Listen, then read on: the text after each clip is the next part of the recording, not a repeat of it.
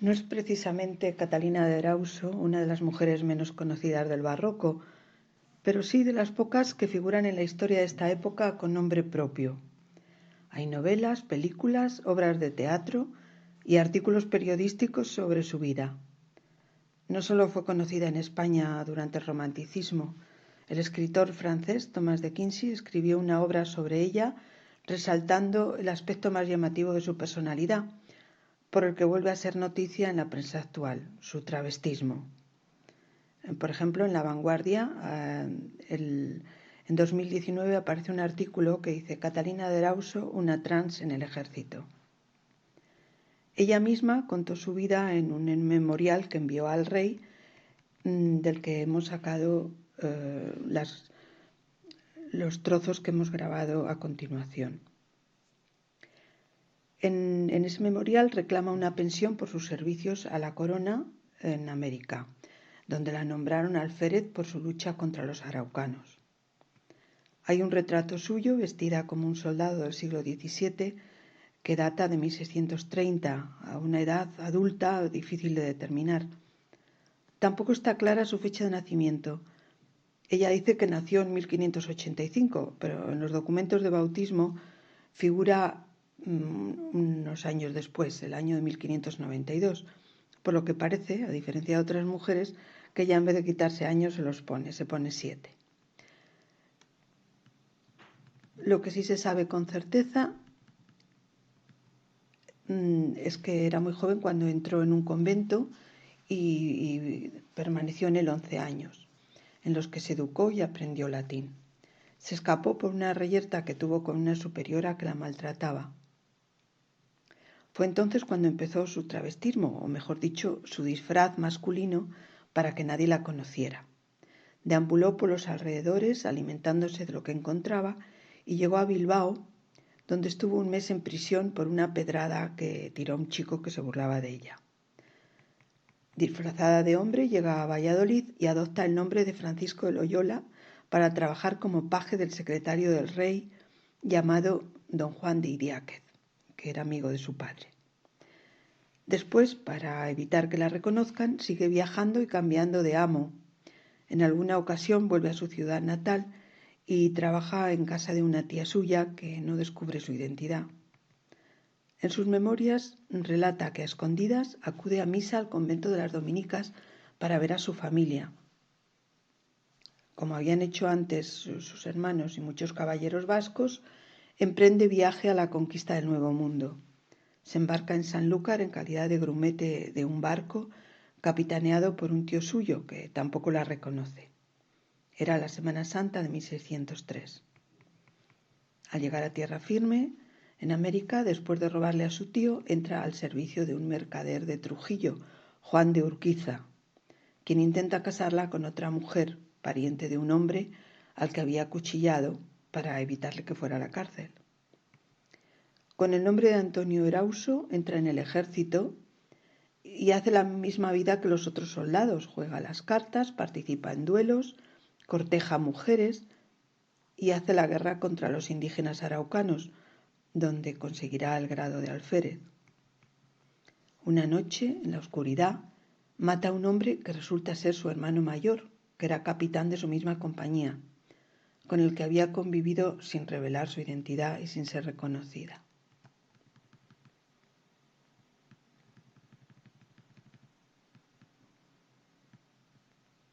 Continúa viajando por América, cruza los Andes, llega a Argentina, de donde escapa para evitar su boda con mujeres que la creían hombre, con las que se había prometido. Entra en prisión, la condenan a muerte 2 veces, de la que consigue escapar, y sigue participando en peleas. En una de ellas, herida de muerte, en confesión, descubre su identidad y el obispo de Huamanga, fray Agustín de Carvajal, se convierte en su protector, no sin antes haber comprobado que, a pesar de su azarosa y truculenta vida, se mantenía virgen. Así lo explica la protagonista. Dice, a la tarde, como a las 4, entraron 2 matronas y me miraron y se satisficieron y declararon después ante el obispo con juramento haberme visto y reconocido cuanto fue menester para certificarse y haberme hallado virgen intacta como el día en que nací. Cuando en 1620 muere el obispo, se traslada a Lima e ingresa en el convento de la Santísima Trinidad.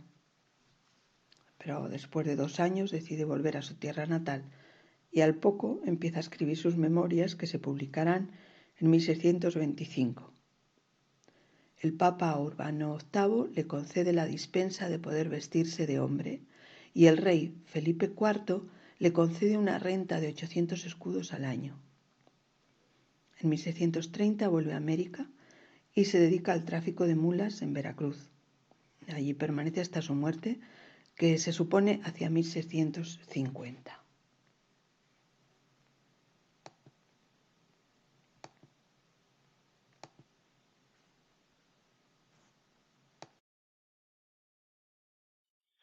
Historia de la monja alférez, doña Catalina de Erauso, escrita por ella misma. Capítulo primero. Su patria, padres, nacimiento, educación, fuga y correrías por varias partes de España.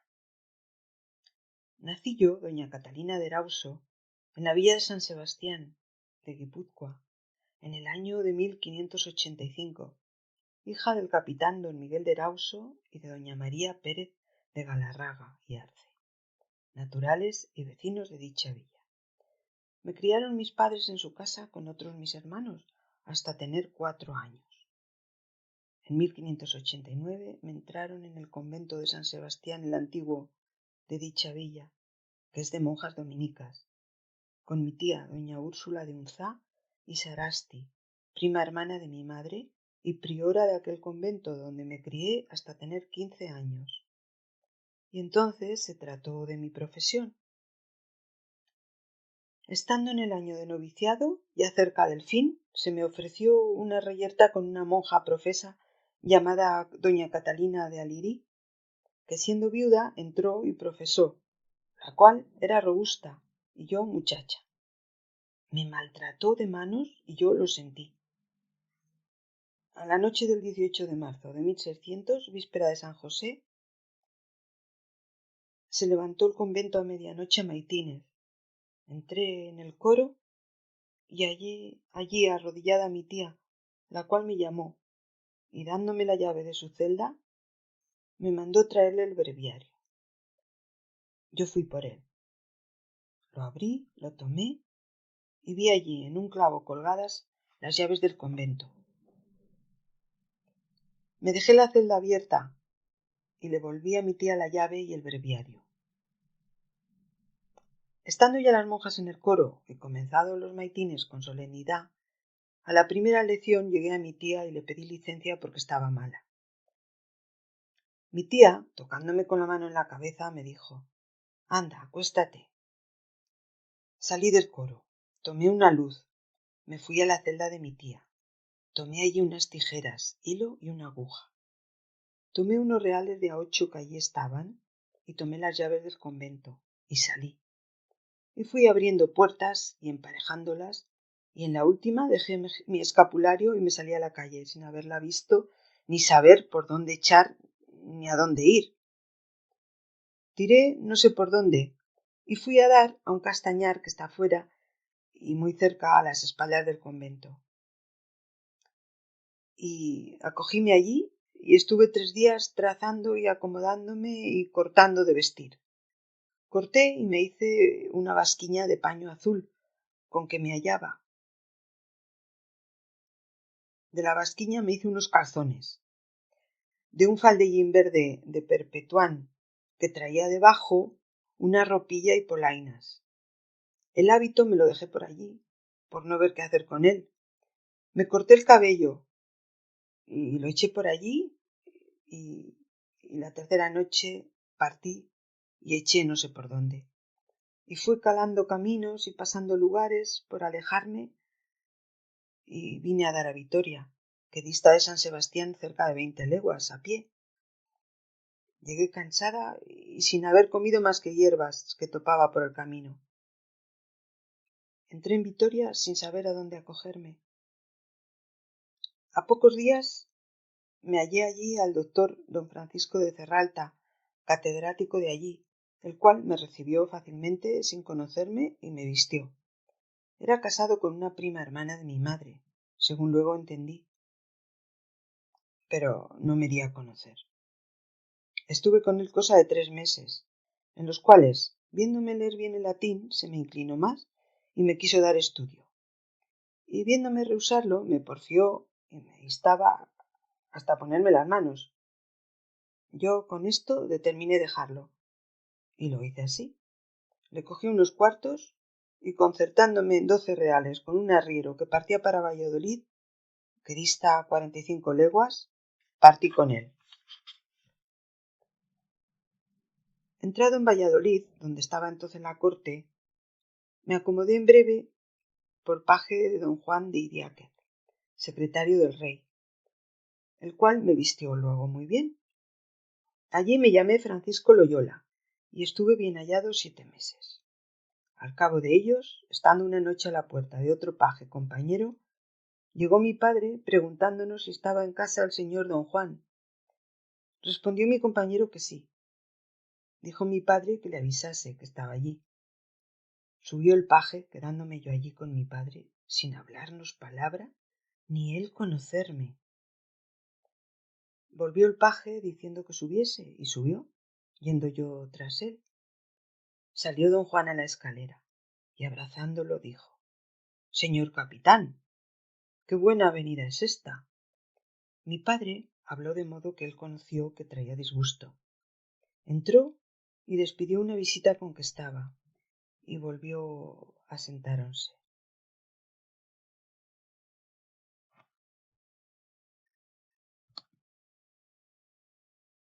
Historia de la monja alférez doña Catalina de Erauso, escrita por ella misma.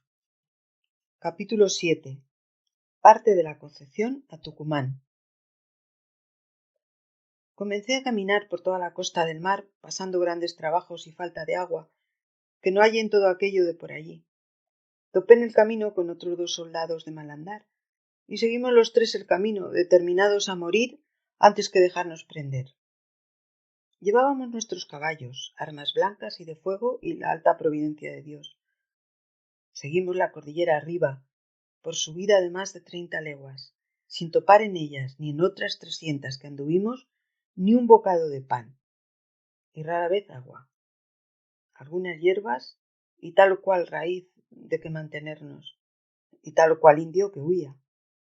Hubimos de matar uno de nuestros caballos y hacer los tasajos, pero hallémosle solo huesos y pellejos. Y de la misma suerte, poco a poco y caminando, fuimos haciendo de los otros, quedándonos a pie y sin podernos tener. Entramos en una tierra fría, tanto que nos helábamos. Topamos 2 hombres arrimados a una peña y nos alegramos. Fuimos a ellos, saludándolos antes de llegar y preguntándoles qué hacían allí.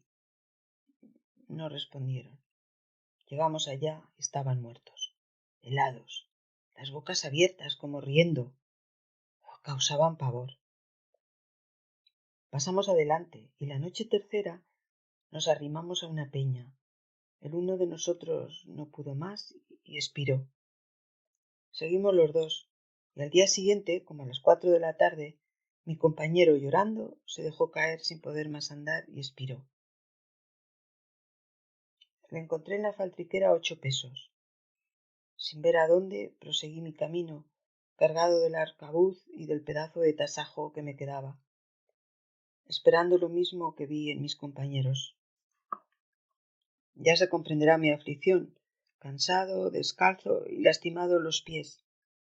Me arrimé a un árbol y lloré, y pienso que fue la primera vez que lo hice. Recé el rosario y me encomendé a la Santísima Virgen y al glorioso San José, su esposo. Descansé un poco, me volví a levantar y a caminar, y parece que salí del reino de Chile y entré en el de Tucumán, según el temple que reconocí. Fui caminando, y a la mañana siguiente, rendido en aquel suelo de cansancio y de hambre, vi venir 2 hombres a caballo. No supe si afligirme o si alegrarme, ignorando si eran caribes o gente de paz. Sin poder con él, previne mi arcabuz. Llegaron y me preguntaron a dónde iba por allí tan apartado. Conocí que eran cristianos, y vi el cielo abierto. Les dije que iba perdido y no sabía dónde estaba, que me hallaba rendido, muerto de hambre y sin fuerzas para levantarme. Se dolieron de verme y apeándose diéronme de comer lo que llevaban. Me subieron a un caballo y me llevaron a una heredad 3 leguas de allí, donde dijeron que estaba su ama, y donde llegamos como a las 5 de la tarde. Era la señora una mestiza, hija de español y de india, viuda y buena mujer, que viéndome y oyendo mi derrota y desamparo, se condolió y me recibió bien, y compadecida me hizo luego acostar en razonable cama. Me dio bien de cenar y me dejó reposar y dormir, con lo que me restauré. A la mañana siguiente me dio bien de almorzar y, viéndome totalmente falto, me dio un vestido razonable de paño. Y fue así, tratándome muy bien y regalándome mucho. Era bien acomodada y tenía muchas bestias y ganados, y como parece que aportan por allí pocos españoles, parece que me apeteció para su hija. Al cabo de 8 días que allí me tuvo, me dijo la buena mujer que me quedase allí para gobernar su casa. Yo mostré gran estimación de la merced, pero era un descarrío.